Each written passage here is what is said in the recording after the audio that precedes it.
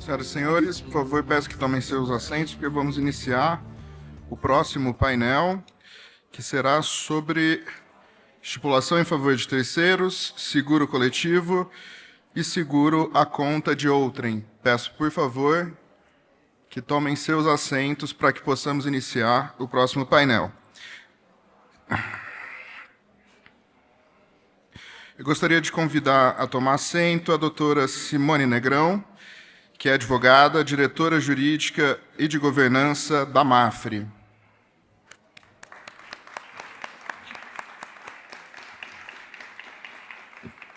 Convido ao palco também a professora Ana Frazão.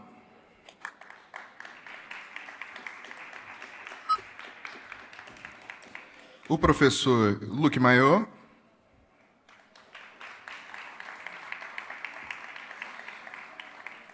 A professora Margarida Lima Rego. E o engenheiro Vadir Cury. Um excelente painel a todos.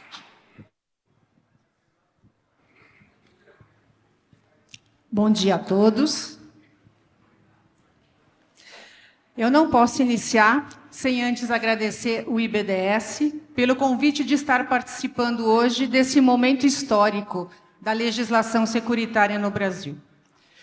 Pode parecer pouco presunçoso da minha parte, mas posso dizer que me sinto em casa hoje. Em casa, por conta do IBDS, que faz parte da minha profissão, da minha formação em Direito do Seguro, quando lá em 2002, 2003, tivemos um curso de Direito do Seguro com a participação de nada mais, nada menos do que Rubem Stiglitz. Ali iniciava também a minha carreira corporativa, aonde estou até hoje. E em casa também, por estar nesse mercado há 20 anos. E encontrar aqui muitos amigos nessa trajetória e ter a sensação de estar em família. É muito bom chegar num evento e encontrar os amigos de muitos anos. Muito bem, a lei está posta, todos discutimos os variados tópicos antes da promulgação, discutimos bastante, e agora estamos nos debates das interpretações para aplicá-la da melhor forma. Neste painel, vamos tratar da estipulação em favor de terceiros, seguro coletivo e seguro à conta de outrem.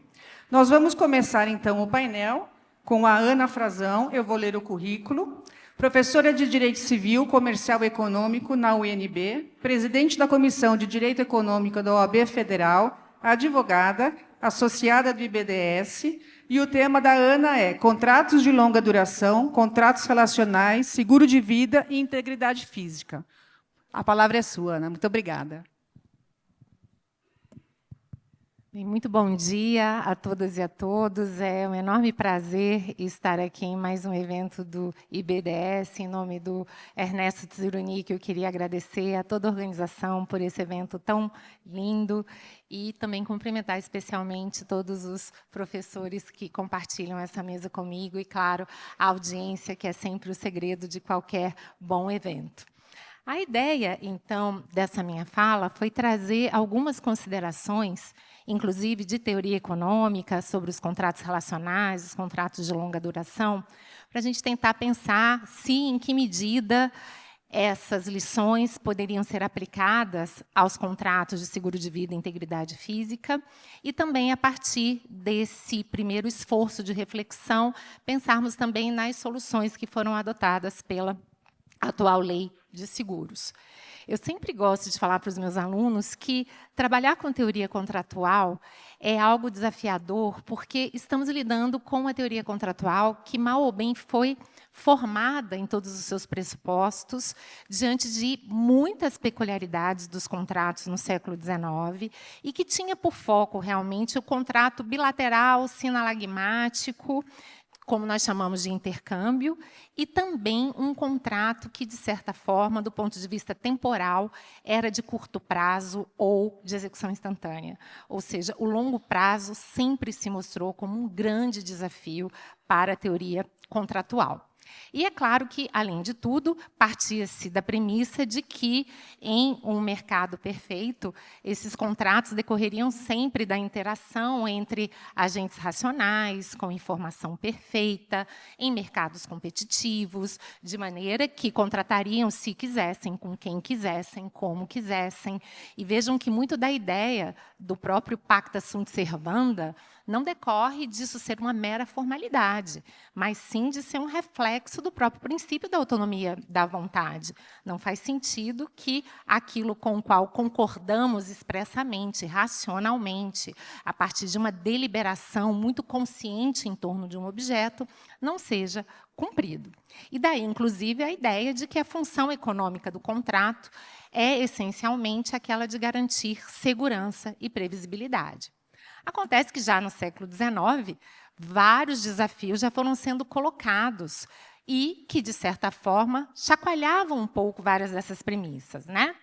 Em primeiro lugar, as próprias questões de limitações de racionalidade, vulnerabilidade de contratantes, e o contrato de seguro é um bom exemplo, principalmente quando analisado na ótica do consumo, como também uma relação de consumo, e o que acontece nessas discussões relacionadas a contratos de seguros de vida ou seguros de integridade física. Estamos falando também de informações incompletas, e o contrato de seguro trabalha com essas dificuldades de assimetria informacional de ambos os lados. Muitas vezes, mercados concentrados, sem a concorrência desejável, que possibilitaria aos adquirentes de produtos e serviços realmente uma variedade ampla de opções. Por outro lado, o contrato de seguro é um dentre vários, em relação aos quais nem sempre as pessoas contratam porque propriamente querem. Muitas vezes elas entendem que aquilo é uma necessidade, faz parte do seu planejamento financeiro, faz parte do bem-estar próprio, do bem-estar da família. Ou seja, são contratos em relação aos quais o aspecto de necessidade, de vinculação a aspectos existenciais, é muito presente, o que também já vai suscitar uma série de modificações dessa teoria contratual. E, além de tudo, introduzimos o tempo. Ou seja, falar de contratos de longa duração ou contratos cativos, seja porque foram previstos já por um prazo inicial muito longo, seja porque, com os mecanismos de renovação automática, acaba também se postergando por um tempo considerável, é sempre falar de algo difícil, já que seria impossível para as partes preverem, no momento inicial do contrato, tudo aquilo que acontecerá, ainda mais diante de um mundo que muda e muda tão rapidamente, de maneira a imaginar uma série de outras soluções que, no intuito de manutenção do vínculo contratual, teriam que, na verdade, admitir algumas adaptações, algumas reformas e alguns reajustes. E, nesse sentido, toda a contribuição da teoria econômica sobre os contratos relacionais poderia parecer interessante para a nossa reflexão, porque a ideia da teoria econômica aqui foi simplesmente imaginarmos que, para além dos contratos spot, aqueles contratos de execução mais direta ou instantânea, há uma série de contratos que exigem dos contratantes uma cooperação maior. Não só porque são de longo prazo, esse é um ponto importante aqui para a nossa reflexão, mas também porque são de longo prazo e, sobretudo, porque exigem das partes um aspecto de cooperação que é muito diferenciado. Quando a gente vai analisar os contratos bilaterais, sinalagmáticos de intercâmbio, e a teoria contratual ela é baseada nesses contratos, a cooperação é sempre um dever lateral que decorre da boa-fé objetiva. Ela não é propriamente um objeto do contrato. Já em vários contratos empresariais de longa duração, a cooperação é também parte do objeto do contrato. Esses contratos, sob vários aspectos, são contratos híbridos. Eles misturam um aspecto em que o interesse das partes é totalmente alinhado e elas vão cooperar em torno de um fim comum, e aspectos em relação aos quais os seus interesses são contrapostos, e aí elas se comportam como partes de um contrato bilateral de intercâmbio.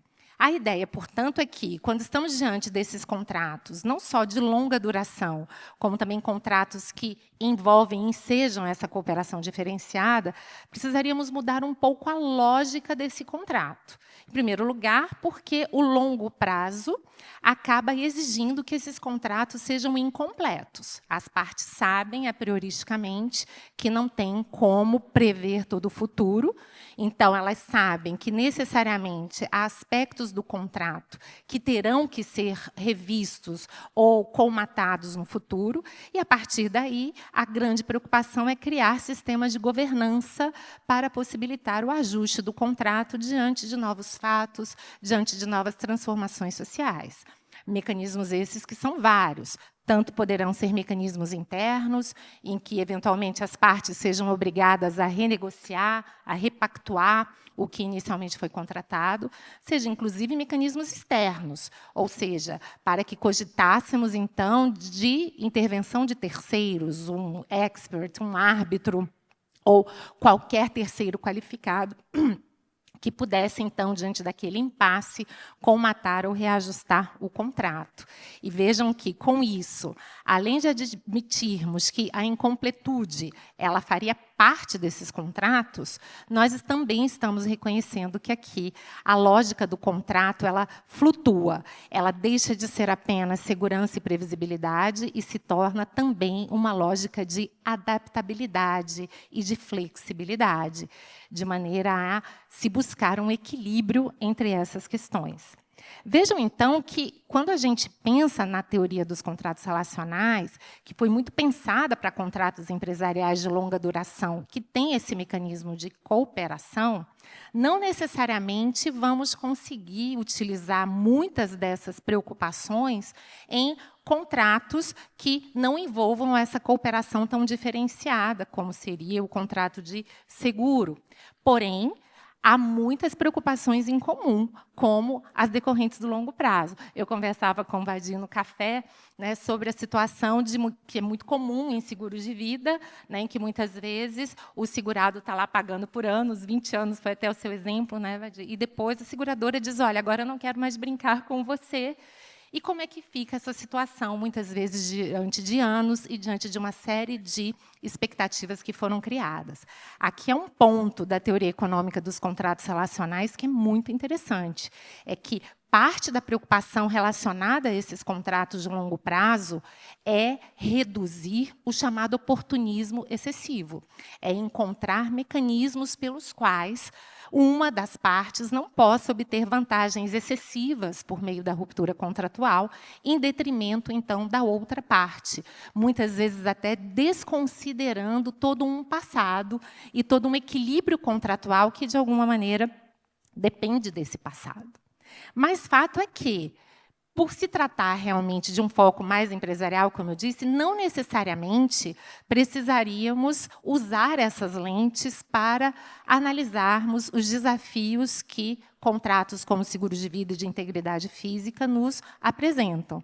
Mas é interessante notar que o próprio Superior Tribunal de Justiça várias vezes faz esse namoro, ou seja, flerta um pouco com a teoria dos contratos relacionais, embora, no meu modesto ver, nunca tenha feito um diálogo mais construtivo, a partir do qual se possa extrair realmente consequências mais concretas disso para os casos concretos.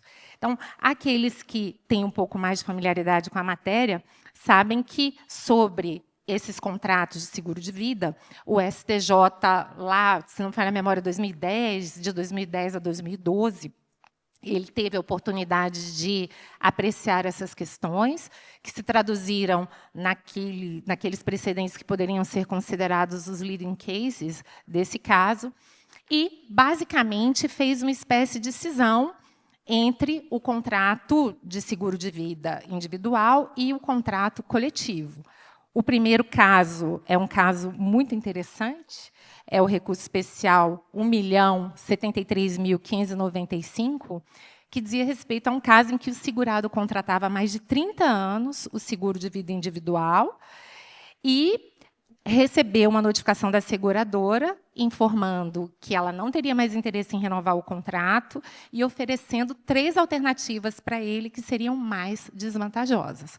Naquela oportunidade, a ministra, já adianto que o tribunal entendeu que isso não seria possível, né? Era um seguro individual, não poderia haver, portanto, essa ruptura unilateral pela seguradora, mas é interessante que a ministra Nancy Andrighi até tentou trazer essa discussão sobre os contratos relacionais, muitas vezes confundidos com contratos de longa duração ou contratos cativos, e vejam que há zonas de sobreposição entre todas essas categorias, mas talvez essa discussão nem fosse propriamente necessária, porque ela resolve realmente o caso a partir de cláusulas gerais dos contratos, como a função social dos contratos, como a boa-fé objetiva, e, obviamente, fazendo uma associação aqui entre esses contratos e também as regras consumeristas próprias. Mesmo os outros votos que acompanham a ministra Nancy, alguns nem mencionam a natureza relacional do contrato de seguro de vida, outros mencionam, mas de maneira superficial. Então, na prática, não houve propriamente uma reflexão mais aprofundada a esse respeito. Quando, então, o tribunal se depara com a situação equivalente, mas aí sim, oriunda de um contrato coletivo, ele afasta aquele primeiro entendimento para realmente concluir que seria possível essa ruptura unilateral pela seguradora, desde que com um aviso prévio, que também não fica muito claro, e os precedentes posteriores mostram isso. E é muito interessante, inclusive, que, dentre os fatores de diferenciação na época, o STJ menciona o menor tempo de contratação. Agora, vejam, no primeiro caso eram 30 anos, nesse caso eram 13 anos. 13 anos também não é um tempo desprezível, né? Ali você já tem realmente uma criação muito intensa de expectativas entre as partes, e você já tem muitos pagamentos pelo segurado que vão, sim, implicar em análises interessantes do ponto de vista do equilíbrio econômico do contrato. Mas isso foi mencionado. Foi dito também que foram oferecidas aos segurados condições aceitáveis. Isso já se diferenciava do primeiro caso, em que as propostas da seguradora eram muito desfavoráveis, e também o fato de ser uma ação coletiva. E, a partir daí, a gente pode dizer que a jurisprudência vai mantendo esses entendimentos, né, no sentido de entender não ser possível essa ruptura unilateral nos casos de contratos individuais, mas ser possível, sim, nos casos de contratos coletivos, sempre, na verdade, à luz do Código de Defesa do Consumidor, sempre enfatizando várias das cláusulas gerais desses contratos, notadamente boa-fé objetiva e função social, e tentando, aí sim, extrair as consequências dessas cláusulas em contratos de longo prazo. Por outro lado, há um grande esforço também do STJ de conectar esse raciocínio com os deveres laterais inerentes à boa-fé, o dever de informar, de notificar em prazo razoável e questões relacionadas assim. Mas vejam que, de certa forma, esse problema do equilíbrio contratual ainda é um ponto de difícil solução. Vejam que, em muitos casos, a discussão não é só saber se o contrato poderia ou não ser rompido unilateralmente, mas é saber as consequências disso. Ele pode ser, mas mediante o oferecimento de propostas minimamente razoáveis ou aceitáveis. O que seriam essas propostas minimamente razoáveis ou aceitáveis diante de tudo que se espera de um contrato cativo ou de um contrato de longo prazo, ou se fôssemos, mais uma vez, trabalhar com a teoria dos contratos relacionais, se entendêssemos que fosse um contrato relacional, no qual aí uma das nossas preocupações principais teria que ser a contenção do oportunismo excessivo. Fato é que, diante de todas essas dificuldades, me parece que a Lei 15.040 adota algumas soluções bastante interessantes, né? Porque, considerando que aqui temos, inclusive, discussões de equilíbrio atuarial, o que seria uma proposta alternativa razoável ou não razoável, então vejam que a lei, em primeiro lugar, no artigo 21, parágrafo 2º, ela já diz, nos seguros coletivos sobre a vida e integridade física, a resolução somente ocorrerá 90 dias após a última notificação feita ao estipulante. Ao meu ver, uma regra bastante interessante, porque o STJ, ao admitir a possibilidade dessa ruptura unilateral, muitas vezes não deixava claro qual seria esse prazo, que seria um prazo razoável. Então, até por questões de segurança jurídica, agora esse ponto está resolvido. Mas, para além disso, 2 artigos são também muito interessantes no sentido de tentarem equacionar vários dos desafios relacionados a esses problemas. O primeiro deles é o artigo 123, né? Ou seja, um artigo que já fala nos seguros coletivos sobre a vida e a integridade física, a modificação dos termos do contrato em vigor, que possa gerar efeitos contrários aos interesses dos segurados e dos beneficiários, dependerá da anuência expressa dos segurados, que representem pelo menos 3/4 do grupo. E o parágrafo único aqui já tratando, né, olha, quando não prevista no contrato anterior, a modificação do conteúdo, em caso de renovação, dependerá da anuência de segurados que representem pelo menos 3/4 do grupo. Já o artigo 124, ele diz, salvo se a seguradora encerrar operações no ramo ou na modalidade, a recusa de renovação de seguros individuais sobre a vida e a integridade física, que tenham sido renovados sucessiva e automaticamente por mais de 10 anos, então veja que aqui são aquelas escolhas trágicas, né? Algum limite temporal a que se encontrar, e me parece que esse limite de 10 anos é um limite razoável, deverá ser precedida de comunicação ao segurado e acompanhada de oferta de seguro, vejam, que contenha garantia similar e preços atuarialmente repactuados, em função da realidade do equilíbrio da carteira, com antecedência mínima de 90 dias, vedados carências e direitos de recusa de prestação em virtude de fatos preexistentes. Ou seja, toda uma preocupação aqui com o aspecto procedimental, os deveres anexos da boa-fé objetiva, a notificação, no prazo determinado, mas também a preocupação, então, de uma garantia similar e preços atuarialmente repactuados. É claro que, dentro do que era possível, me parece que a lei adota aqui uma solução muito interessante, embora o problema de sabermos, né, Simone, o que é exatamente, né, uma garantia similar é mais fácil, mas preços atuarialmente repactuados. Isso sempre envolverá juízos econômicos delicados, para os quais, muitas vezes, juízes enfrentarão muitas dificuldades, e talvez, para isso, uma perícia seria necessária. Claro que utilizarmos de soluções já do Código de Defesa do Consumidor, como as de inversão do ônus da prova, também podem ajudar. Ou seja, pelo menos caberia à seguradora demonstrar que esses requisitos estão atendidos, facilitando, se fosse o caso, a contraprova, o argumento contrário, por parte do segurado. Não sei, vocês, já prometo que estou encerrando aqui, Simone, mas eu ando estudando muito inteligência artificial, e hoje, quando a gente vai pensando na possibilidade de utilização de inteligência artificial para comatar algumas lacunas do contrato, talvez pudéssemos imaginar que, em impasses assim, a inteligência artificial pudesse nos ajudar, pelo menos, né, a verificar esse tipo de atendimento de pressuposto econômico, que não é simples, principalmente para aqueles que não entendem de todos os conhecimentos necessários para avaliar um equilíbrio atuarial e avaliar essas condições. Mas concluo aqui dizendo que, dentro desses desafios, me parece que a lei ela foi muito bem no sentido, em primeiro lugar, de regular esse problema.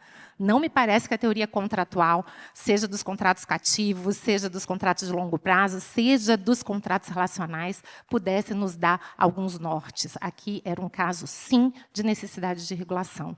Toda regulação tem seus prós e contras, toda a regulação tem escolhas trágicas, por que 10 anos, por que não 9, ou 11, ou 13, como aconteceu no julgamento do STJ, mas fato é que, dentro de todas as dificuldades, me parece que aqui, hoje, nós temos uma regra muito ponderada e que, se bem aplicada, vai resolver vários dos problemas que temos visto que aconteciam nesse tipo de seguro. Então, eu concluo aqui agradecendo imensamente a atenção e, claro, me colocando à disposição de todos. Muito obrigada.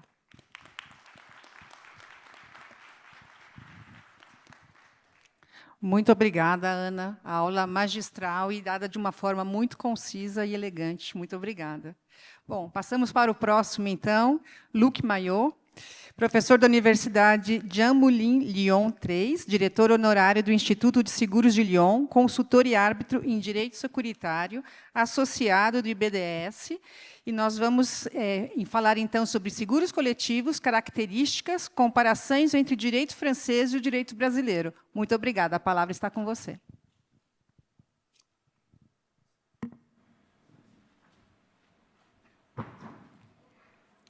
Bonjour à tous, bonjour aux membres du panel. Je voudrais commencer par deux mots, merci et bravo. Merci à l'IBDS, merci à Ernesto Cyrulnik pour cette invitation. C'est pas la première, je suis arrivé en 2002, mon premier forum à moi c'était en 2002. Merci, et deuxième mot, bravo, bravo d'avoir enfin réussi à faire voter cette fameuse loi sur les assurances. Déjà en 2002, on y travaillait. Je me disais, c'est une tâche impossible, et finalement, cette tâche a été réalisée. Pour l'anecdote, je me souviens qu'Ernesto m'avait demandé d'écrire un mot au président de la Chambre des députés brésilienne pour montrer l'importance de ce texte et sa grande qualité. Et j'avais fait ça dans mon bureau à l'Institut des assurances, et ma secrétaire, quand elle a vu sur l'enveloppe président de la Chambre des députés du Brésil, elle s'est dit, mais qu'est-ce que c'est que cette histoire? Voilà. Alors, effectivement, je vais vous parler des assurances collectives, en essayant de comparer le droit français et le droit brésilien. Alors, je voudrais commencer en introduction de montrer l'importance des assurances collectives en France. On en trouve à peu près partout. Alors, en assurance de personnes, bien sûr, et je pense par exemple aux assurances qu'on appelle de prévoyance, et c'est les assurances qui fournissent des garanties incapacité de travail, invalidité, voire décès, et qui sont souvent souscrites par des entreprises au profit de leurs salariés. Ça peut être aussi par des syndicats professionnels au profit de leurs membres, qui sont parfois des non-salariés. Je pense aussi aux assurances emprunteurs, des assurances qui sont souscrites par une banque, et ceci au profit de leurs emprunteurs pour garantir la banque en cas de décès, incapacité de travail, invalidité, on retrouve les mêmes risques. Je pense aussi, alors ça c'est peut-être plus étrange au Brésil, à des assurances vie classiques de type épargne qui sont souscrites par des associations au profit de leurs membres. Voilà, alors ça c'est en assurance de personnes. En assurance de dommages, vous avez par exemple les contrats collectifs qui couvrent la responsabilité civile professionnelle, par exemple des avocats ou des notaires. Donc vous avez un ordre des avocats, par exemple le barreau de Paris, qui va souscrire une assurance collective au profit de tous les membres du barreau de Paris, et ceci pour couvrir leur risque de responsabilité. Je pense aussi aux assurances qui sont souscrites par des associations sportives, un club de football, pourquoi pas, au profit de leurs membres pour garantir leur responsabilité civile, voire aussi des garanties relevant des assurances de personnes. Donc, vous voyez, on a beaucoup d'assurances collectives en France. Je dirais presque que la France est le champion du monde des assurances collectives, mais ça, peut-être sous le contrôle de mes amis brésiliens. Je ne sais pas s'il y en a autant au Brésil qu'en France. Peut-être que la discussion pourra s'instaurer. Alors, donc l'objet de mon intervention, c'est la comparaison du droit français et du droit brésilien, issu évidemment de la fameuse loi 15-040 du 9 décembre 2024. Alors, je vais chercher spécialement les articles 30 et 31 de cette loi, et je ferai la comparaison autour de trois thèmes: la notion d'assurance collective, la nature de l'assurance collective, et, si j'ai le temps, le régime de l'assurance collective. Mais on a déjà un petit peu parlé, donc ça me permettra d'aller assez vite. Alors, notion d'assurance collective tout d'abord. Alors, vous savez, l'assurance collective, elle est parfois nommée, qualifiée d'assurance de groupe. Alors, deux questions viennent à l'esprit. Faut-il un groupe? Et si oui, quel genre de groupe? Alors, premier point, nécessité d'un groupe. Alors, il me semble que le droit brésilien est plus exigeant ici que le droit français. Alors, en droit brésilien, il faut un groupe. C'est clair, cela résulte de l'article 31 de la loi 15.040, et considéré comme stipulant d'une assurance collective celui qui souscrit au profit d'un groupe de personnes, etc., etc. Donc, on voit bien qu'en droit brésilien, vous avez une personne qu'on va appeler le souscripteur, qui contracte avec un assureur au profit d'un groupe de personnes qu'on peut appeler les adhérents, c'est ce qu'on dirait en français, qui sont porteurs d'un intérêt d'assurance. Voilà. Alors ça, c'est le droit brésilien. Le droit français, la réponse est un petit peu plus compliquée, parce que vous avez en fait deux séries de textes sur les assurances collectives en droit français. La première série concerne les assurances de personnes. Elle est la plus ancienne, elle remonte à 1981. Alors, elle figure dans un titre du Code des assurances intitulé « Les assurances de groupe ». Donc là, il n'y a évidemment aucun problème. À l'article L141.1 du Code des assurances, vous avez le terme « est un contrat d'assurance de groupe ». Le contrat souscrit par une personne morale ou un chef d'entreprise en vue de l'adhésion d'un ensemble de personnes. Donc, il faut un groupe. OK. Mais vous avez une deuxième série de textes en assurance de dommages. C'est plus récent, ça remonte à 2014. C'est un titre intitulé « Les assurances collectives de dommages ». Vous observerez que ce n'est pas les assurances de groupe de dommages, c'est les assurances collectives. Et vous avez un article L129.1 dans le Code des assurances qui est ainsi rédigé. Un contrat d'assurance collective de dommages est un contrat souscrit par une personne morale en vue de l'adhésion de toute personne intéressée. En vue de l'adhésion de toute personne intéressée, vous observerez ici qu'il n'y a pas de groupe. En tout cas, on n'évoque pas un groupe. Alors, cela dit, je vous ai donné les exemples. Dans les hypothèses d'assurance collective de dommages, eh bien, on voit bien qu'il y a un groupe. Le groupe des avocats, membres du barreau, qui a souscrit l'assurance.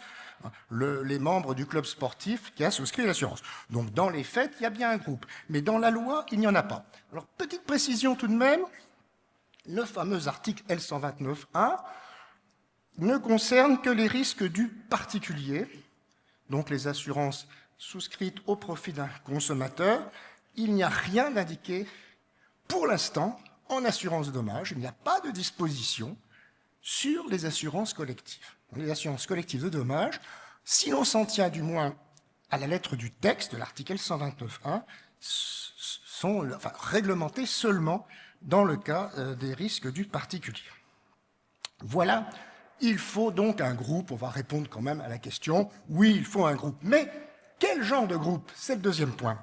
Alors, en droit brésilien, c'est clair. Bravo au droit brésilien, c'est clair. Toujours l'article 31 de la loi numéro 15.040.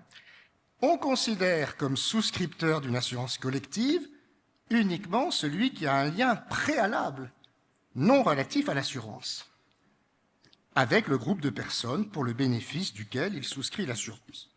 Je ne vais pas plus loin. Donc, on voit bien qu'il y a trois conditions. Il faut l'existence d'un lien entre les adhérents et le souscripteur. Il faut que ce lien soit préalable, donc antérieur à la souscription du contrat, et il faut qu'il soit étranger à l'assurance. Trois conditions. En droit français maintenant, eh bien, il existe la première condition, au moins en assurance collective de personnes, c'est indiqué à l'article L141.1, les adhérents doivent avoir un lien de même nature avec le souscripteur, dit le texte. OK, en assurance de dommages, on ne parle même pas de lien. Bon. Mais il n'y a pas les deux autres conditions. Vous voyez ? Moyennant quoi, on voit un phénomène en droit français, en France, le phénomène que j'évoquais des assurances souscrites par des associations, généralement ce sont des assurances vie, pas toujours, par des associations qui sont spécialement constituées pour souscrire un contrat d'assurance de groupe. Donc l'association, elle est certes préalable, mais elle n'est pas étrangère à l'assurance. Ce qu'on appelle les contrats associatifs. On souscrit une association créée ad hoc pour faire de l'assurance, conclut un contrat avec un assureur auquel vont adhérer les adhérents. Donc cette condition exigée par le droit brésilien d'un lien étranger à l'assurance ne se retrouve pas en droit français. Vous voyez ? Et ces contrats sont très nombreux. Alors, Hubert Groutel, qui est venu ici à 2 reprises, mon cher collègue qui est décédé, avait écrit un article en 1995 en traitant ces groupes de faux groupes d'assurés. Il disait faux groupes. Il disait qu'en réalité, derrière cela, vous aviez des assurances individuelles. Bien, quand on se reporte au droit brésilien, on voit bien ça. Article 31. Sinon, l'assurance sera considérée comme individuelle. Voyez. Voilà pour la première question, la notion de l'assurance collective. Alors la deuxième question, la nature de l'assurance collective. Alors c'est une question délicate. Nature, ça veut dire rentrer dans une catégorie. Bon, vous avez compris. Je voudrais envisager d'abord la théorie, la doctrine, si vous préférez, ce que pensent les auteurs. Ensuite, voir les enjeux, parce que c'est pas seulement une querelle intellectuelle. Il y a des enjeux pratiques.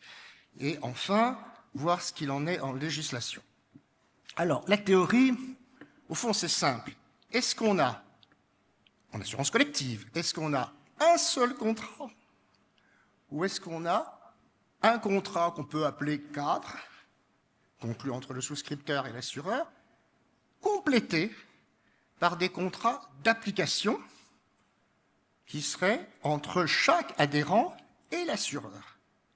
Ça, c'est une première conception qu'on appelle parfois éclatée. Bon.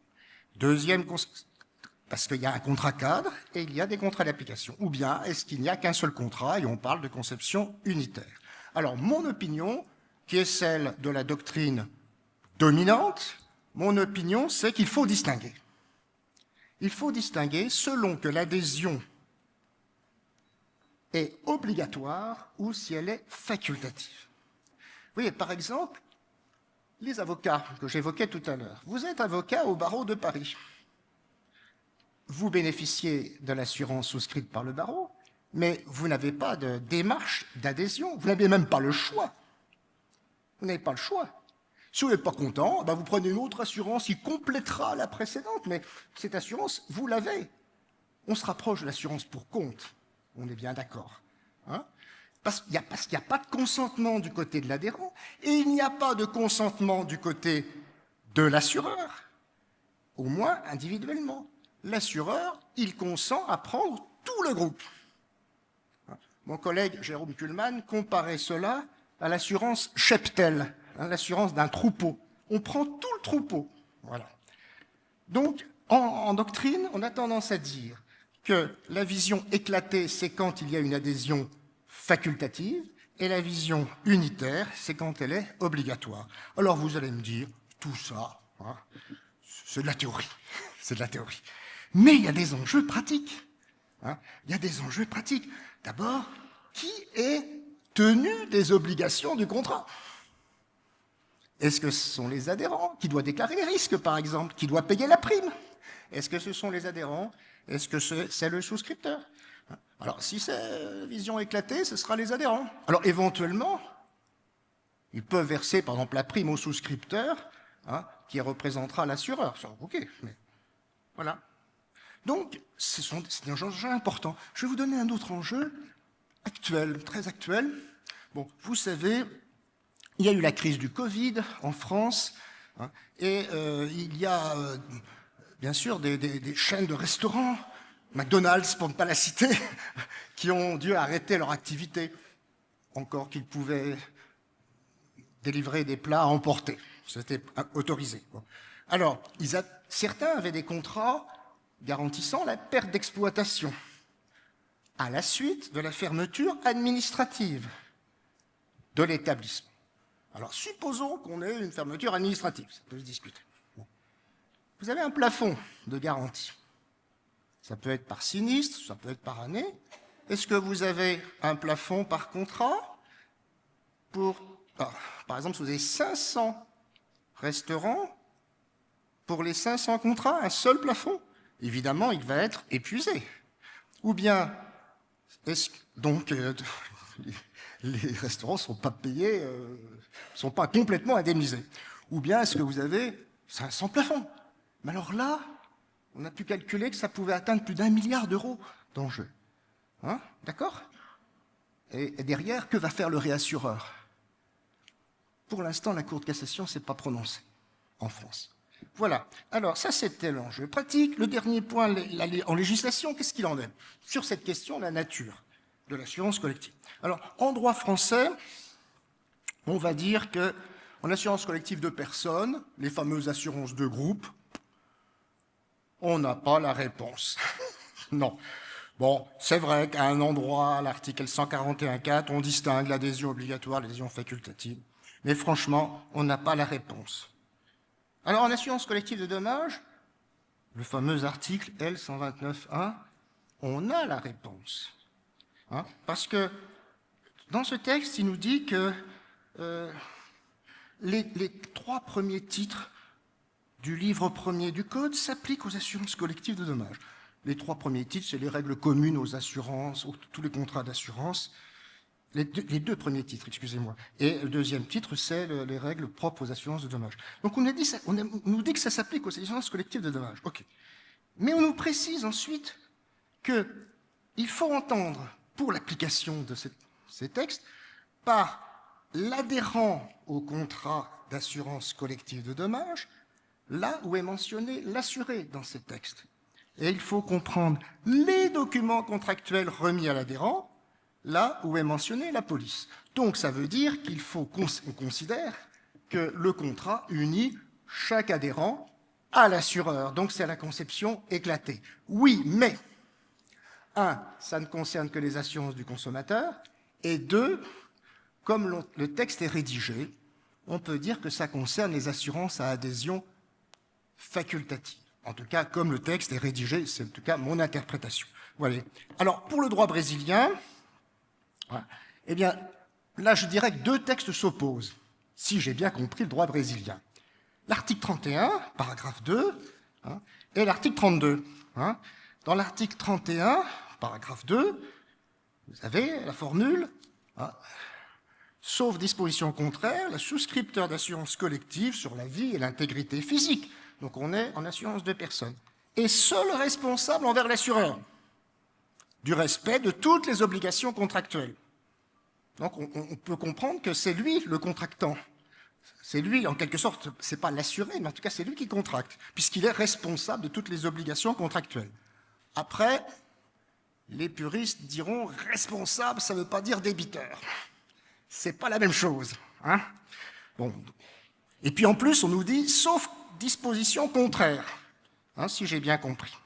Sauf disposition contraire. Donc, on pourrait avoir des dispositions contraires. Alors l'article 32 de la loi brésilienne nous dit, enfin, si j'ai bien compris, le souscripteur de l'assurance collective représente les assurés et les bénéficiaires pendant la formation et l'exécution du contrat. Donc, si le souscripteur représente les assurés, c'est qu'il est un mandataire, un représentant, et donc, vous pourrez dire qu'il y a un contrat entre chaque adhérent, chaque assuré et l'assureur. Donc, je n'ai pas l'impression qu'on trouve la réponse dans la loi brésilienne. Je ne peux pas dire que le législateur brésilien ait pris parti pour l'une ou l'autre analyse. Je voudrais terminer mon intervention par le 3e point que j'ai annoncé, le régime juridique. Alors, c'est parfait.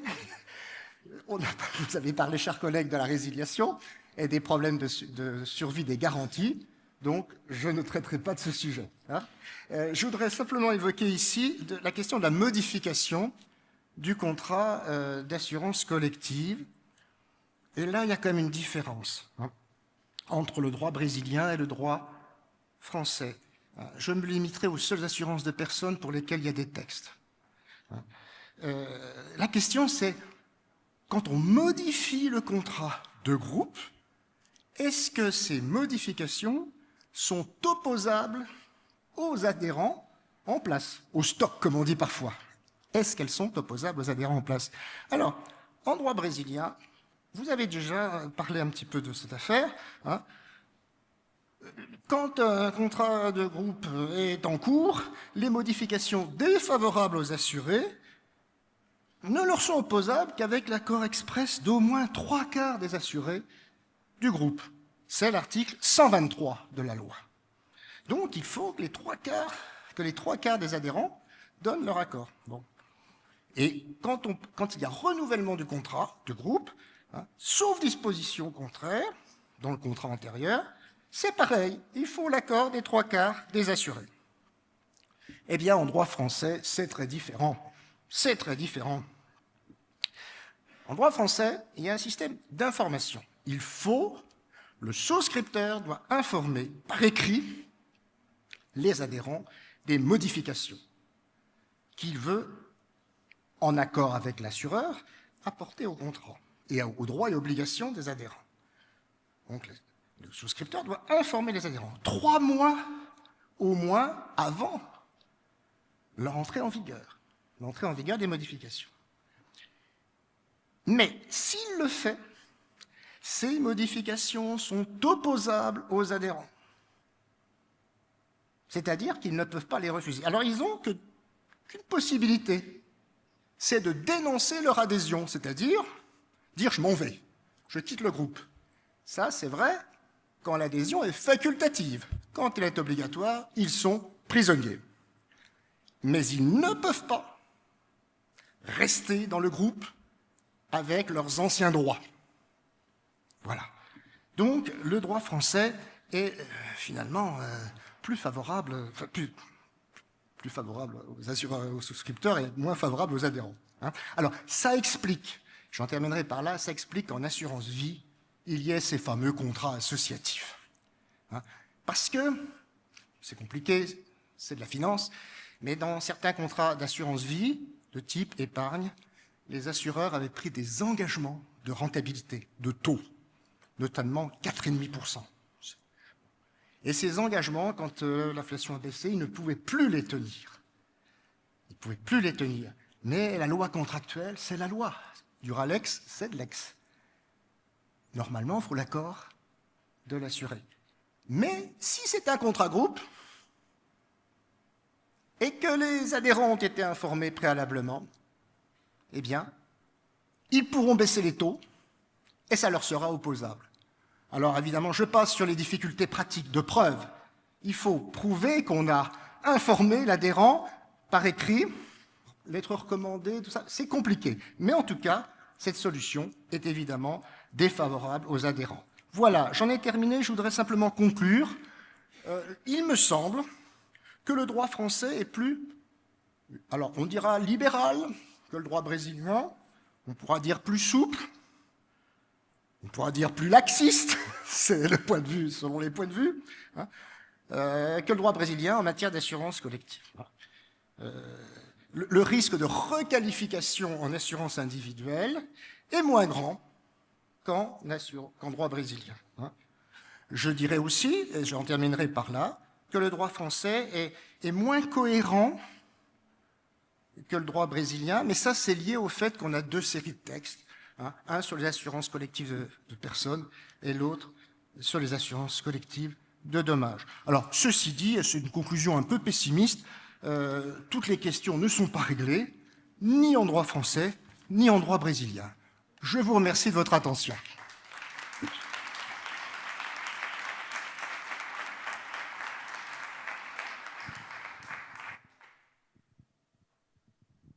Muito obrigada, fascinante saber um pouco do direito francês também.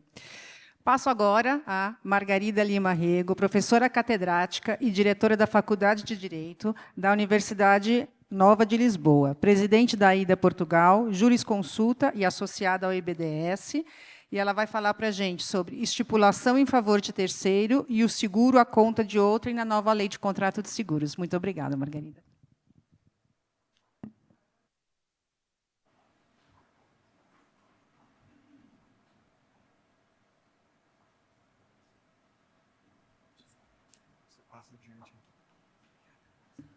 Bom dia, muito obrigada. É um enorme prazer estar aqui convosco.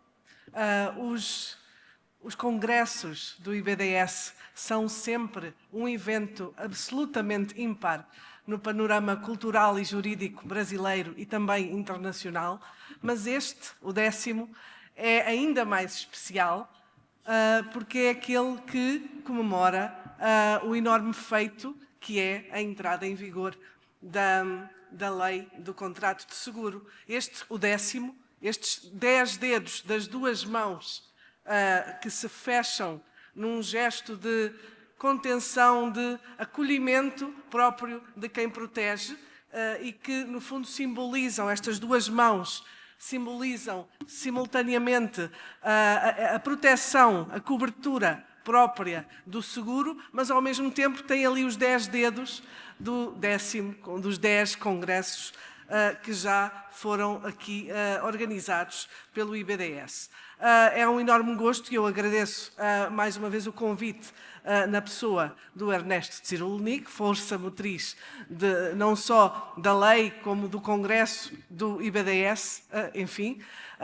Não vale a pena estar aqui a gastar palavras, toda a gente sabe quem é o Ernesto Tzirulnik. E então, entrando aqui no nosso tema, eu venho falar da estipulação em favor de terceiro e do seguro à conta de outrem. E trago-vos aqui 4 subtemas.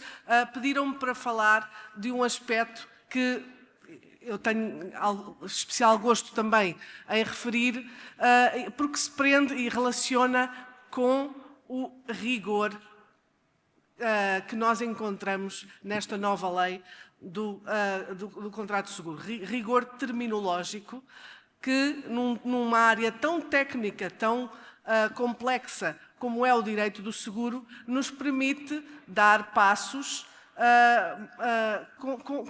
e navegar ante as múltiplas incertezas que normalmente o direito nos traz, com mais segurança do que anteriormente. Eu diria que houve aqui um enorme passo em frente, dotando aqui o direito do seguro de ferramentas terminológicas que nos permitem traçar aqui algumas distinções que são fundamentais. E começando aqui pelo primeiro dos temas pelos quais eu vou aqui brevemente enveredar, os sujeitos envolvidos no contrato de seguro, uma visão panorâmica.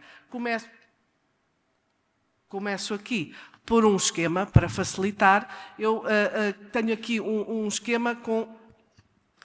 obrigada. Tenho aqui um esquema com os vários termos que são usados na lei e na doutrina e jurisprudência para nomear as diversas figuras dos intervenientes, alguns com papéis principais, outros com papéis secundários numa relação de seguro. Temos, em primeiro lugar, as partes, os contraentes, que são o segurador ou seguradora e o tomador ou tomadora é o estipulante, as duas partes.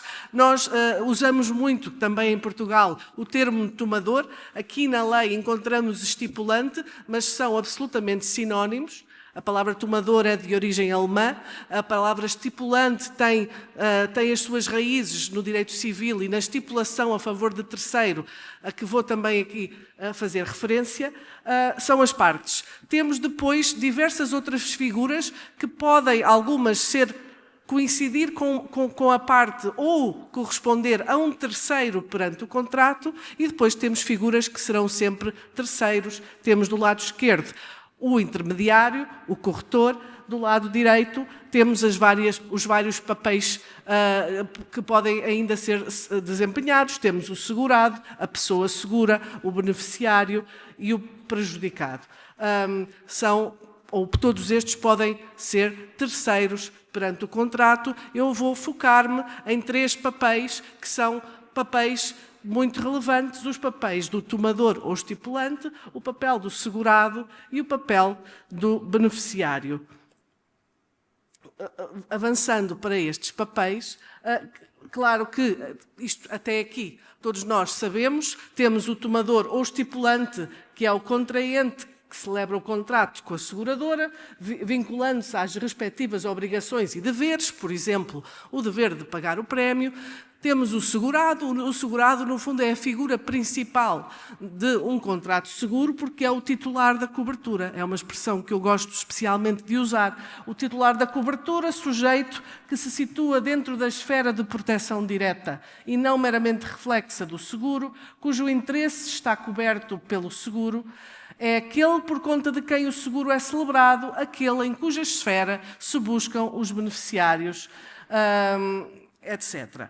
Ou seja, é uma figura que tanto pode coincidir com a de estipulante, caso em que temos um seguro celebrado à conta própria, como pode corresponder a um terceiro face ao contrato, caso então em que temos o seguro à conta de outrem.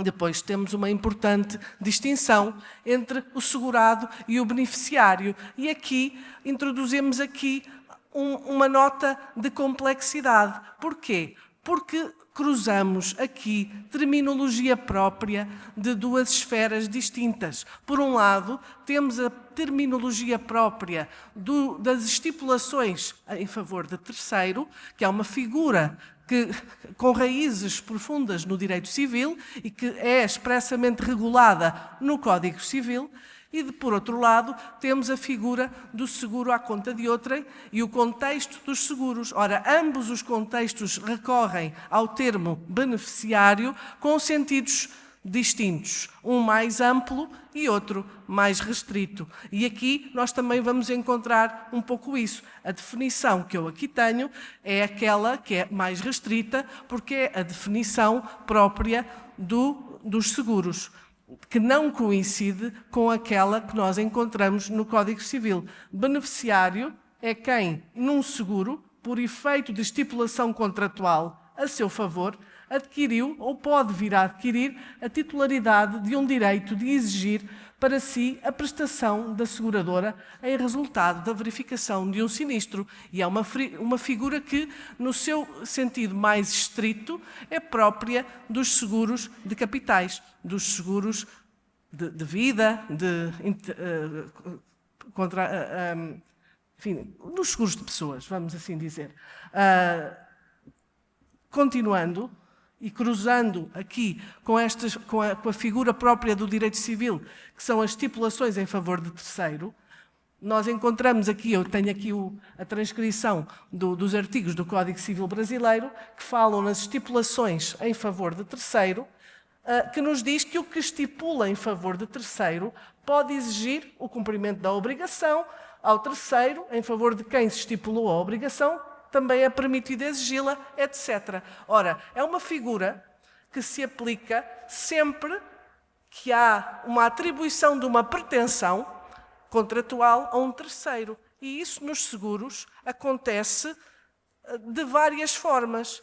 Eu reporto-me agora ao primeiro slide que tinha a figura com a terminologia própria de todos os possíveis intervenientes numa relação de seguro. Tanto é estipulação em favor de terceiro, o caso da estipulação que atribui a um terceiro segurado direitos no contrato de seguro, como é estipulação em favor de terceiro, aquela que dá direitos a beneficiários, como também será aquela que nós em Portugal nos referimos como o terceiro com direitos ressalvados no contrato, que pode não ser nem segurado nem beneficiário, desde que haja um terceiro que possa invocar o contrato para fazer valer um direito, então teremos uma estipulação em favor de terceiro. E na linguagem própria do direito civil, esse terceiro é um terceiro beneficiário. Mas nós, nos seguros, só fazemos uso tradicionalmente do termo beneficiário num sentido mais estrito, que não coincide com o de terceiro segurado. Tenho aqui um gráfico com dois, não são círculos, mas são umas figuras, umas ovais, em que temos o universo das estipulações em favor de terceiro, conceito de beneficiário em sentido amplo, este terceiro beneficiário tanto pode ser um terceiro segurado, como um terceiro beneficiário, como um terceiro prejudicado, como qualquer outro terceiro com direitos ressalvados no contrato. Ora, nós só falamos de um seguro por conta ou à conta de outrem quando temos um terceiro segurado. Portanto, uma estipulação em favor de terceiro é algo que é um universo mais amplo do que o universo dos seguros à conta de outrem. Por sua vez, os beneficiários, no sentido do Código Civil, são todos estes terceiros. Já no sentido próprio do direito dos seguros, beneficiários são só os segundos, ali daquela lista do lado direito. Portanto, isto pode ser um pouco confuso, mas é importante por uma questão de rigor terminológico que nós tenhamos a noção em que sentido é que cada termo é usado e com que alcance. Temos depois então a figura dos seguros à conta de outrem e é preciso perceber que nós não podemos rigorosamente opor a figura do seguro por conta própria ao seguro em favor de terceiro. São terminologias diferentes. O que temos sim são os seguros por conta própria, que se opõem aos seguros à conta de outrem.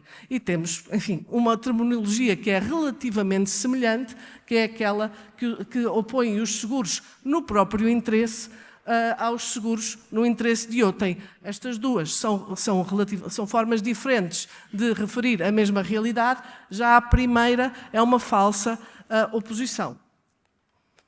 Temos então agora aqui mais um gráfico com duas ovais. A maior corresponde à figura dos contratos de seguros que incluem estipulações em favor de terceiro, que é a figura maior, porque tanto podem ser os seguros com terceiros segurados, terceiros beneficiários, com terceiros prejudicados, com terceiros com direitos ressalvados. Depois temos a figura dos seguros à conta de outrem e poderiam perguntar, então, mas uma não é um subconjunto da outra?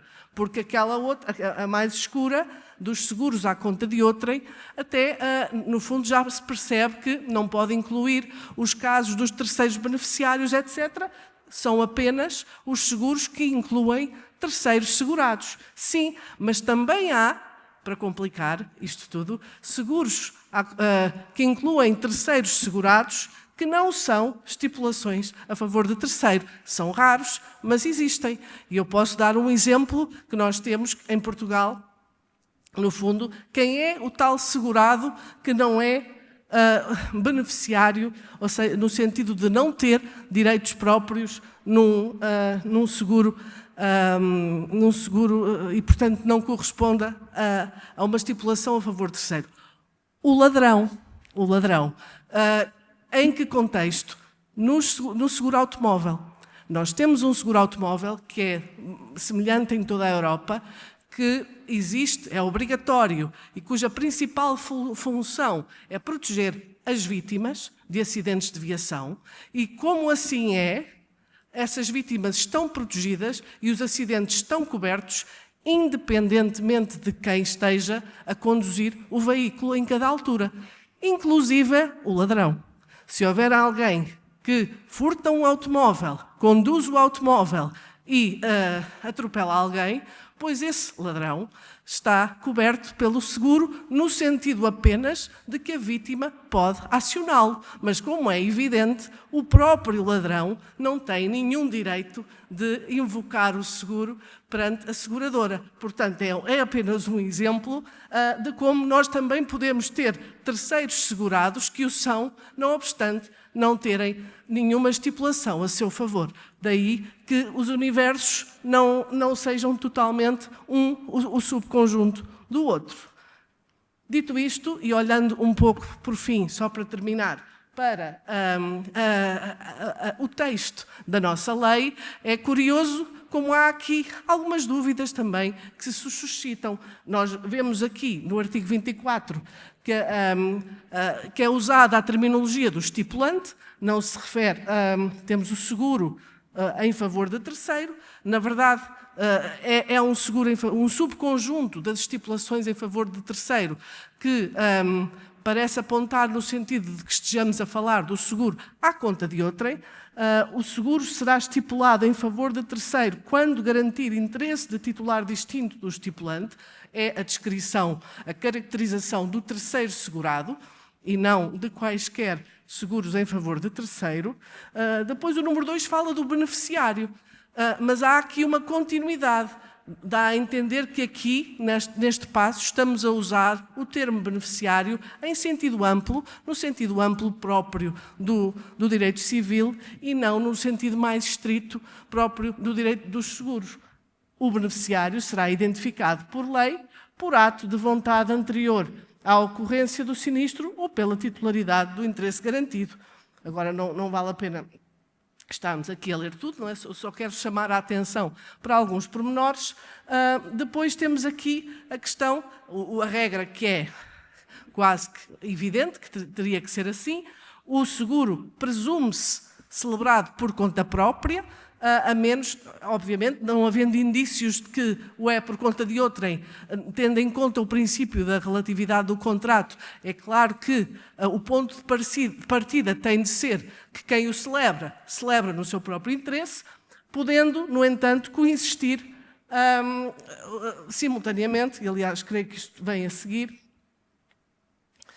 O seguro em favor de terceiro pode coexistir com o seguro por conta própria, ainda que no âmbito do mesmo contrato. Por exemplo, 3 irmãos que herdam um edifício, um deles vai celebrar um contrato para a cobertura do edifício, o contrato será celebrado simultaneamente por conta própria e à conta do interesse dos irmãos. Isto se o valor seguro corresponder ao valor total do edifício. Se assim não for, prevalece a garantia por conta própria, sendo o contrato celebrado à conta de outrem apenas na parte que extravasar o valor do interesse próprio garantido.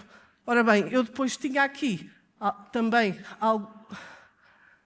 Bom, aqui também aquela regra que já foi aqui falada, que o estipulante deverá cumprir as obrigações e os deveres do contrato, salvo os que, por sua natureza, devam ser cumpridos pelo segurado ou pelo beneficiário. Aqui já temos o uso do termo beneficiário no sentido mais estrito próprio do direito dos seguros. Neste caso, tecnicamente, como se trata de terceiros, o segurado ou o beneficiário, tecnicamente serão ónus e não obrigações em sentido estrito, porque não se pode vincular terceiros a obrigações sem que possam nisso consentir, mas ainda assim é claro que o ponto de partida tem de ser ao estipulante parte que cabe vincular-se e cumprir as obrigações e deveres que o contrato lhe atribui. Depois tinha aqui algumas reflexões sobre os seguros coletivos, mas o tema já foi completamente esgotado pelo meu antecessor, portanto não vou, até porque muito do que eu vinha aqui dizer também tinha que ver com esta questão da adesão. Não há adesão, é automático, não é? Mas isso já foi completamente clarificado, portanto eu vou agora aqui saltar e resta-me agradecer pelo tempo despendido. Muito obrigada, estou ao dispor.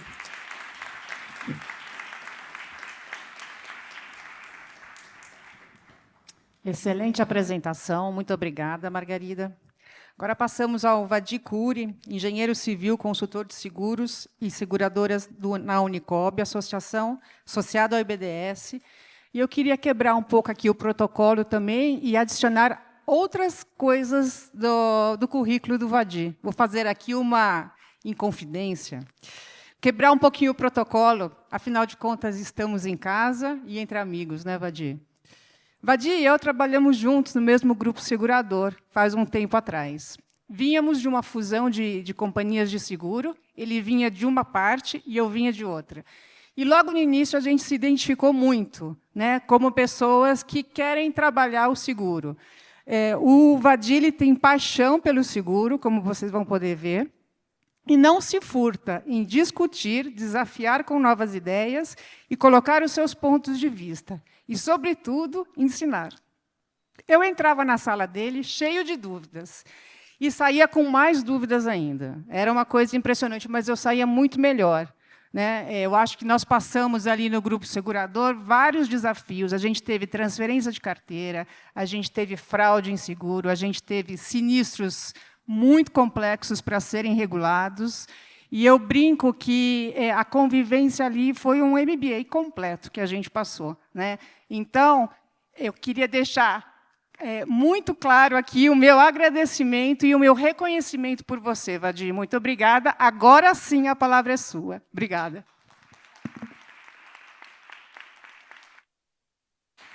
Simone, não me faz lembrar do passado. É sempre uma delícia encontrar amigos, né, com essa benevolência assustadora. De fato, tivemos momentos extremamente instigantes e de crescimento pleno. Né? E aqui tem vários colegas, né, também 45 anos de mercado segurador. Se eu não conhecer alguém, significa que eu não fui ninguém. Né? Mas obrigado pelas suas palavras, pelo seu carinho. Bom, gente, eu vim aqui com o discurso, ela mudou tudo. O que eu faço agora? Simone, isso é o nome. Eu gostaria de parabenizar a mesa, né, cumprimentar meus amigos e todos aqui os presentes. E ao amigo Ernesto dizer que dos fracos não resta história. E ele hoje deixa a sua história no mercado segurador. Eu comecei com o Ernesto esse projeto há 20 e poucos anos atrás, ajudando lá a esboçar, mas chegou um momento e eu falei, Ernesto, eu sou engenheiro, não sou advogado, não consigo tentar entender como é que eu vou concatenar esses artigos, essas redações que para engenheiro parecem algo surrealistas, né? Então, aí eu me afastei, mas fiquei sempre do lado dele, torcendo. Estou muito orgulhoso, Ernesto, de poder estar aqui hoje e muito honrado pelo convite que você me fez, né?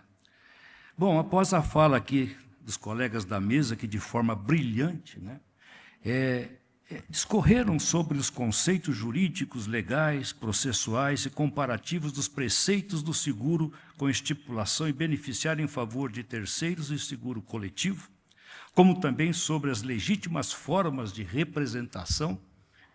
Faço agora alguns comentários com relação aos deveres do estipulante, né, e do seguro e a favor de terceiros, sem entrar no mérito da legitimidade ou não destas figuras, ok?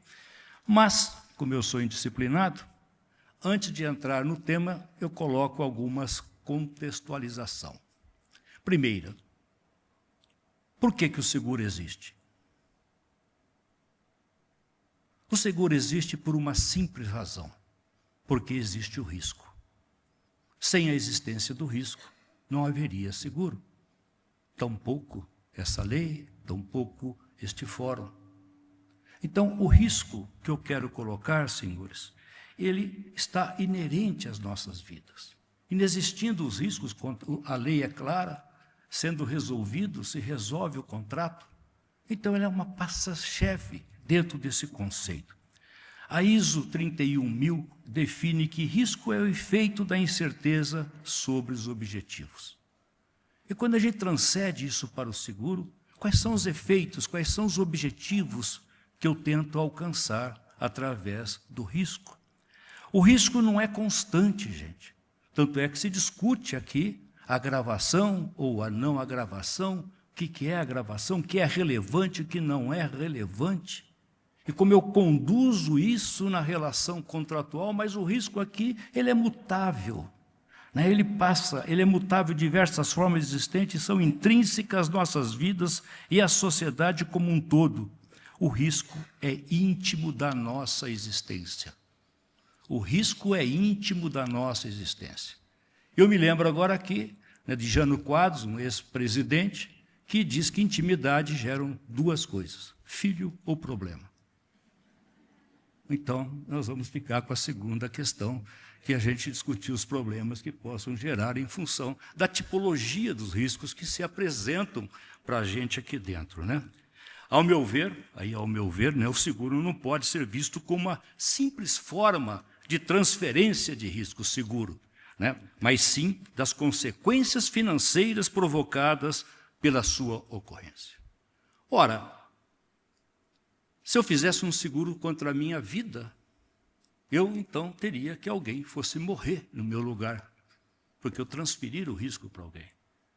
Não, não é isso que acontece.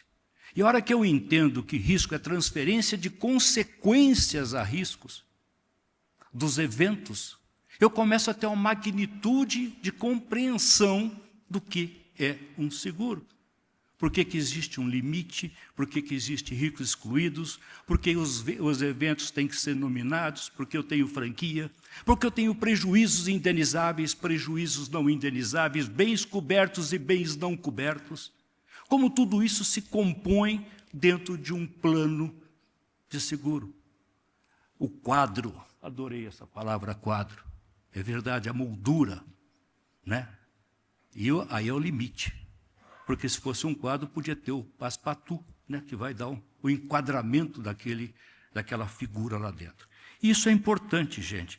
Então, assim, não é transferência, é consequência. Quais são as consequências que eu, segurador, estou recebendo? E quais são as consequências que o segurado tem como cobertura, como limite?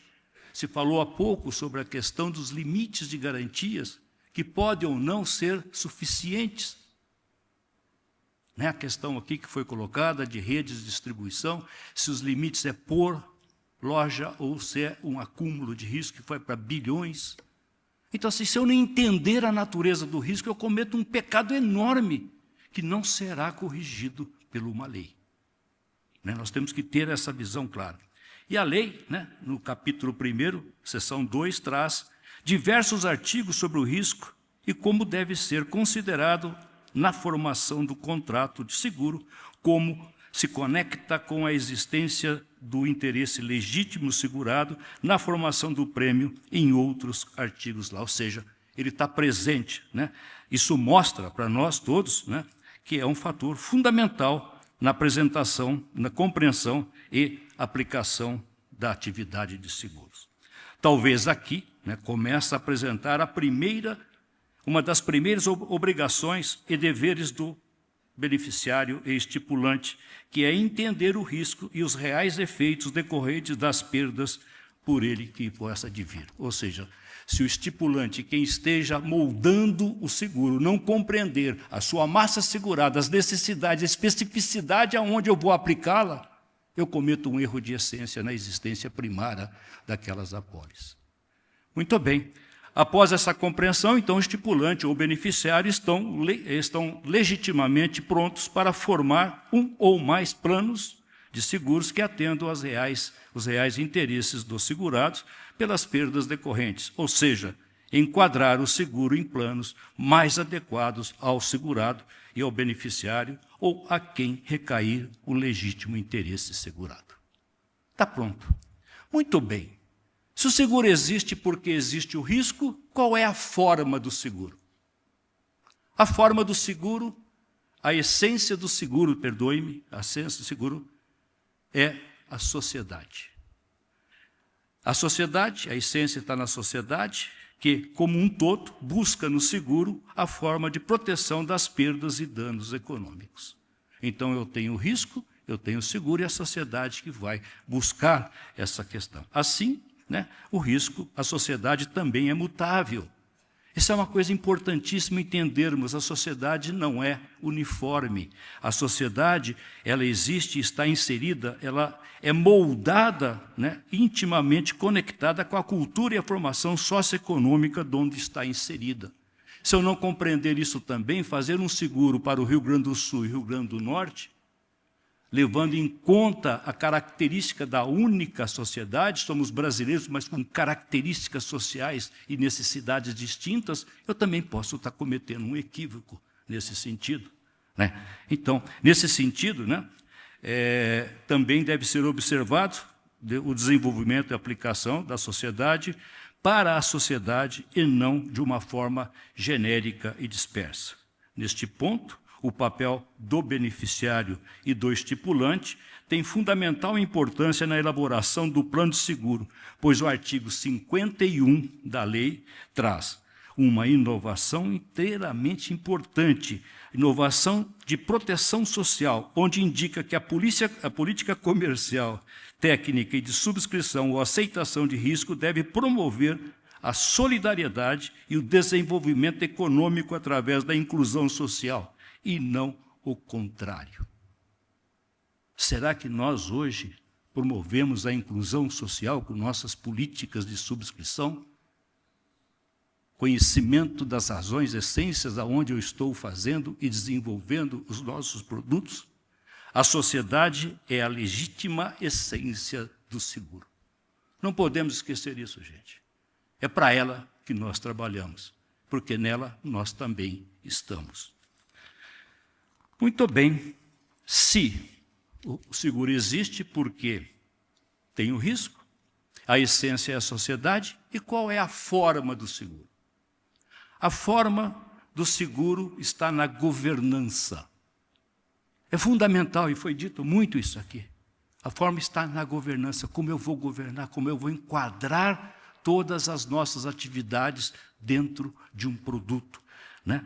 É o que indica as ações que as partes envolvidas devem atuar e se comportar para que a eficácia e eficiência do seguro seja atingida na sua plenitude, como é previsto no artigo 37. Os intervenientes são obrigados a agir com lealdade e boa-fé e prestar informações completas, verificadas sobre todas as questões envolvendo a formação e a execução do contrato.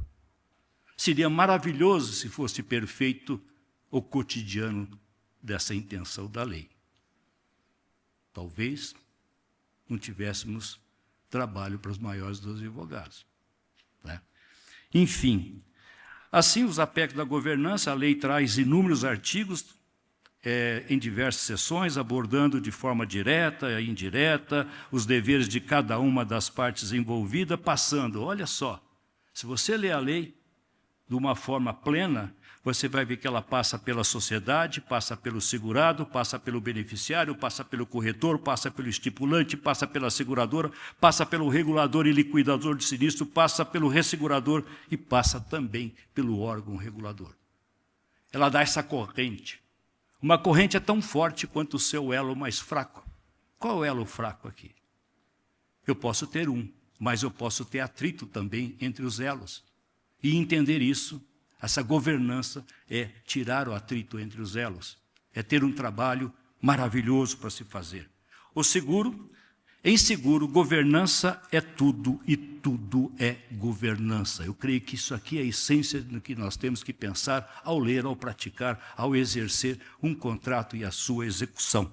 Perfeito? Então, desta forma, a governança também é um dos pilares centrais que o estipulante ou beneficiário deve praticar e induzir que todos os intervenientes do contrato de seguro cumpram rigorosamente com as suas específicas obrigações. Eu estou falando exclusivamente de seguros estipulados, cabe a todo o corretor, a nós, toda a sociedade, a seguradora, mas aqui, especificamente, o estipulante ele tem que ter essa alma. Eu executo e eu induzo, eu cataliso os meus segurados, os meus estipulados, a também exercerem esta governança plena.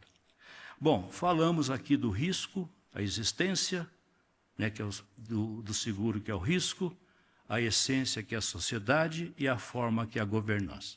Isso está na lei, de uma maneira que o engenheiro leu. Eu sou engenheiro, né? Então li desta forma e compartilho com os senhores esse critério. Muito bem, resumindo, né, rapidamente, sem qualquer ordenação, vamos passar por alguns pontos que eu entendo que os deveres do beneficiante e do estipulante, nos casos de seguro a contra de outrem e no seguro coletivo. Trago aqui, de novo, né, o primeiro item, que é todos os intervenientes são obrigados a agir com lealdade e boa-fé. Isso, para mim, é fundamental. O estipulante representa os segurados e os beneficiários durante a formação e execução do contrato e representa perante eles e a seguradora dos atos de omissão. Olha só a amplitude de responsabilidade na formação, na execução e ser responsável por essas questões todas. Será que os nossos estipulantes estão, de fato, entendendo esse papel essencial dentro do que ele promove na comercialização de seguros? Talvez.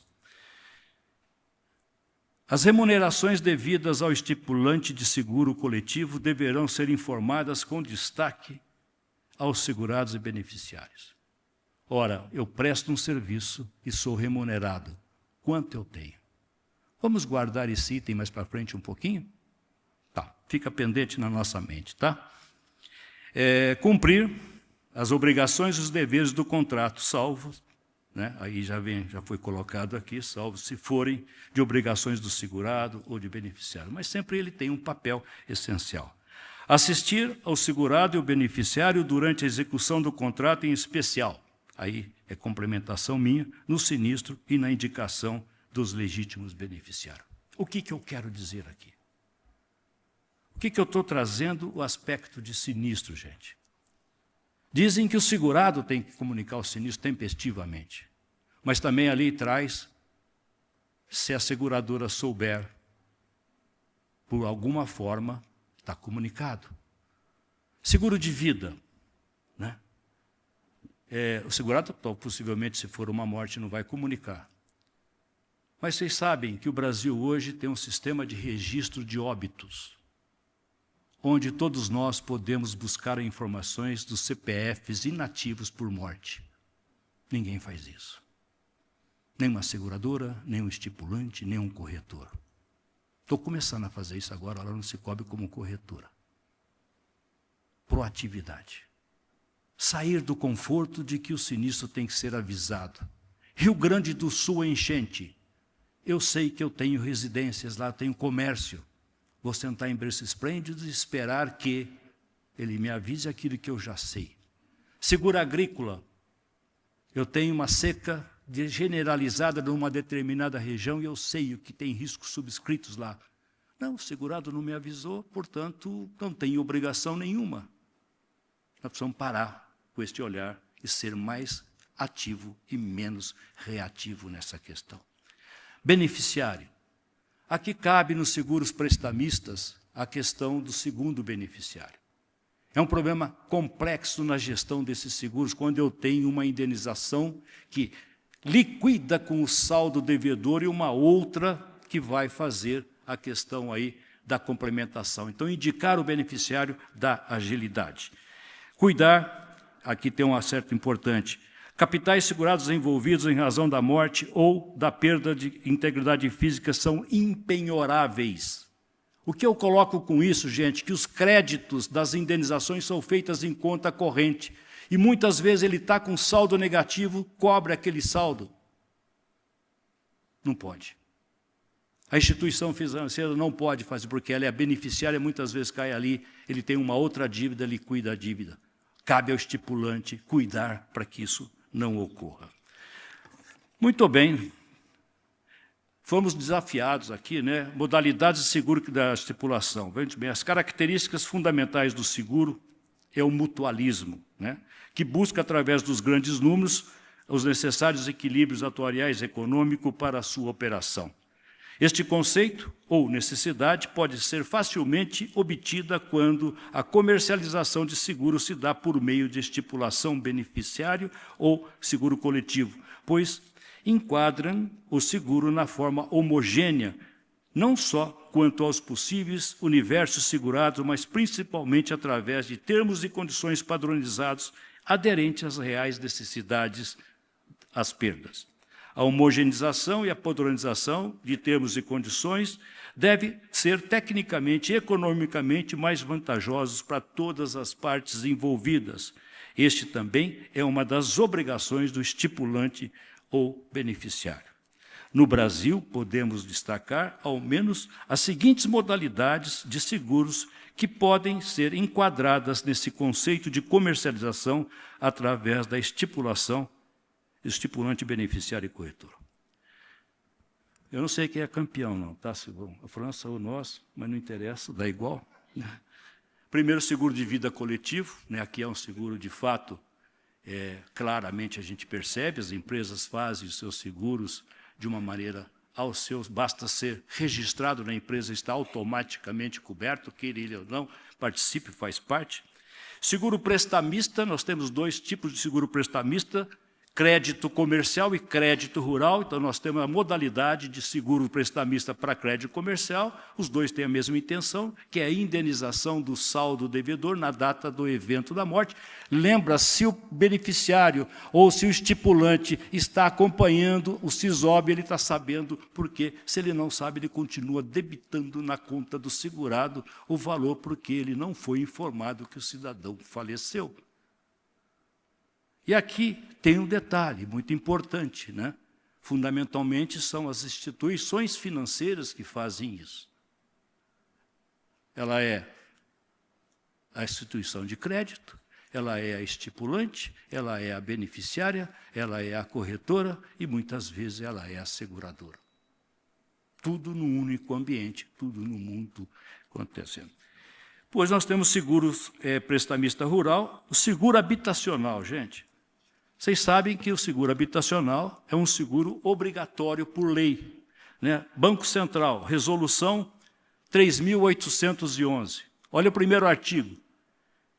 As instituições integrantes do sistema financeiro habitacional somente poderão financiar habitações com cobertura de seguro securitária prevista, no mínimo coberturas a riscos de morte e invalidez permanente do mutuário e de danos físicos ao imóvel.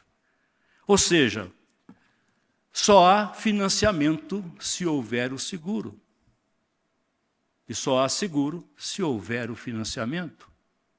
Qual é a política de subscrição? Excludente ou includente? Então, aqui tem uma essência, tem um papel essencial. Ela determina aqui também que o agente de crédito é o estipulante dessa pólice. Como se conduz isso aí? Vamos dar uma olhadinha daqui para frente nos números. Então, tem o seguro habitacional, tem o penhor rural. Penhor rural é aquele bem dado em garantia. Eu faço um crédito rural e recebo um bem para garantir aquele crédito, faço o seguro disso. O beneficiário também é o agente de crédito. Ele é o beneficiário, ele é o estipulante, né? Seguradora, tudo. Microseguros de pessoas e danos. Gente, vou falar uma coisa para vocês daqui a pouco sobre isso. E seguro de garantia estendidas de bens em geral. Aqui você tem das várias formas, tudo pode se encaixar como estipulante ou corretor, mas normalmente são seguros aí com característica de alguém contratando em favor de outrem. Bom, como engenheiro, né, eu não poderia falar só de letras. Com a finalidade de dar alguma grandeza dessas modalidades, buscamos nos últimos 10 anos, nos quadros estatísticos da SUSEP, que são informações concedidas pelas próprias seguradoras, informações relativas ao desempenho do mercado, em especial dessas modalidades que falei há pouco. Como resultado geral, nesse período, o mercado emitiu 1,4 trilhão de prêmios, dos quais 400 bilhões referem às modalidades anteriormente, ou seja, 30%. É significante. Então, essas modalidades têm uma significância forte no mercado segurador. Se olhar um pouquinho, né, essas modalidades aí, ela representa 30%, ela representa 20% do sinistro, 30% do prêmio, 20% do sinistro, ela representa 40% da comissão, ela representa 40% do resultado industrial da seguradora. O que é resultado industrial? Prêmio ganho, menos despesa de resseguro, menos sinistro ocorrido, mais sinistro recuperado e despesa de comercialização. Aqui não estão os gastos da companhia.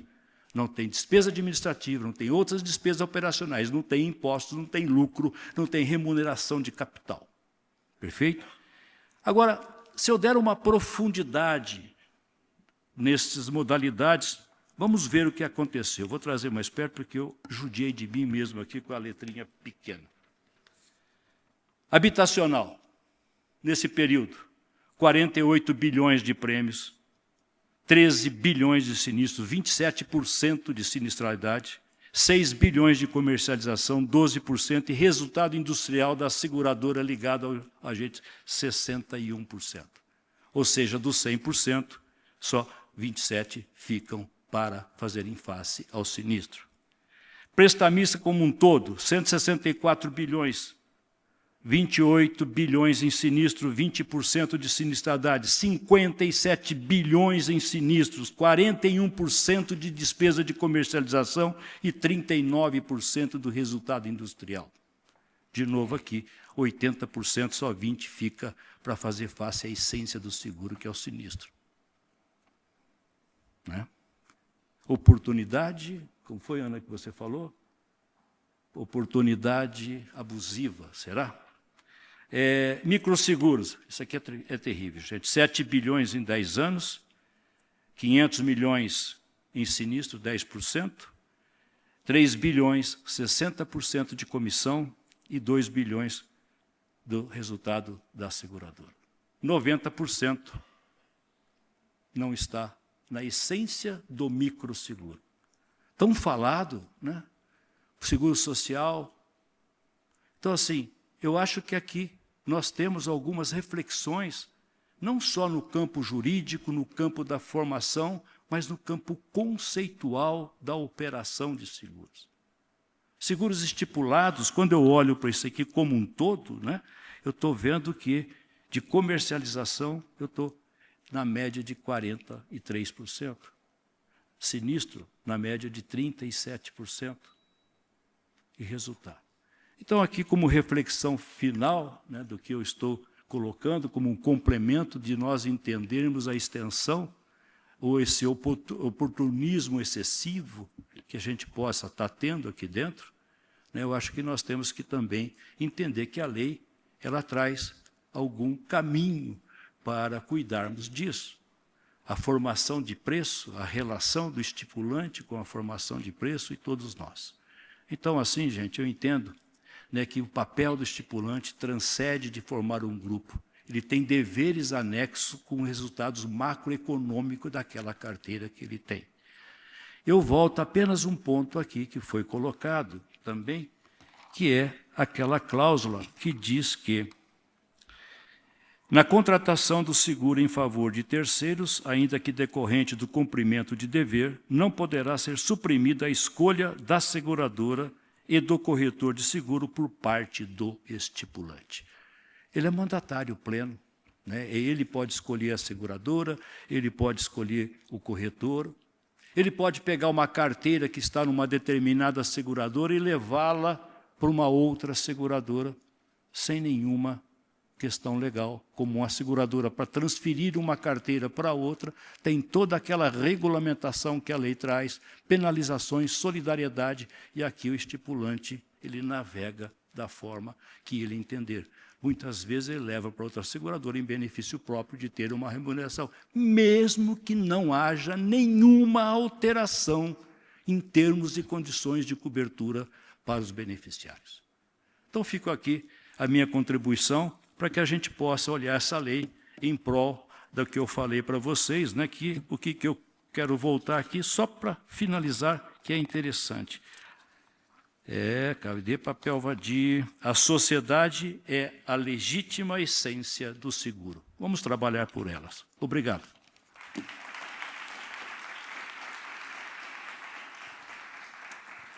Excelente. Eu encerro aqui, pelo adiantado da hora, agradecendo aqui os meus painelistas. Foi fantástico. Muito obrigada. Obrigada pela atenção de todos.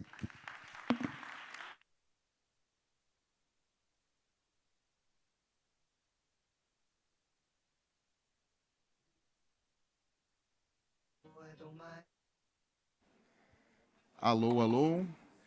Pessoal, nós temos alguns presentes para entregar para a presidente do painel e para os painelistas que nos ofereceram essa oportunidade ímpar de aprendizado. Como é que é?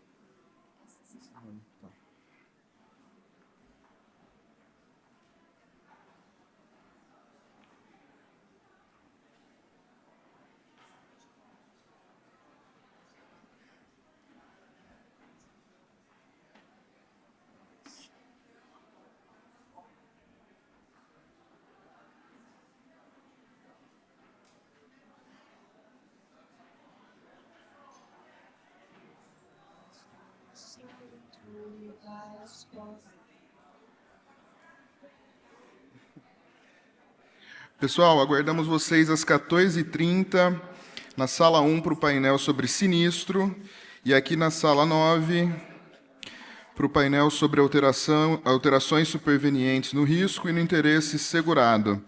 Lembrando a todos de retirarem os convites para o evento do Cultura Artística hoje às 20 horas. Os convites estão na mesa de credenciamento e um lembrete gentil para que todos devolvam os fones de ouvido. Obrigado.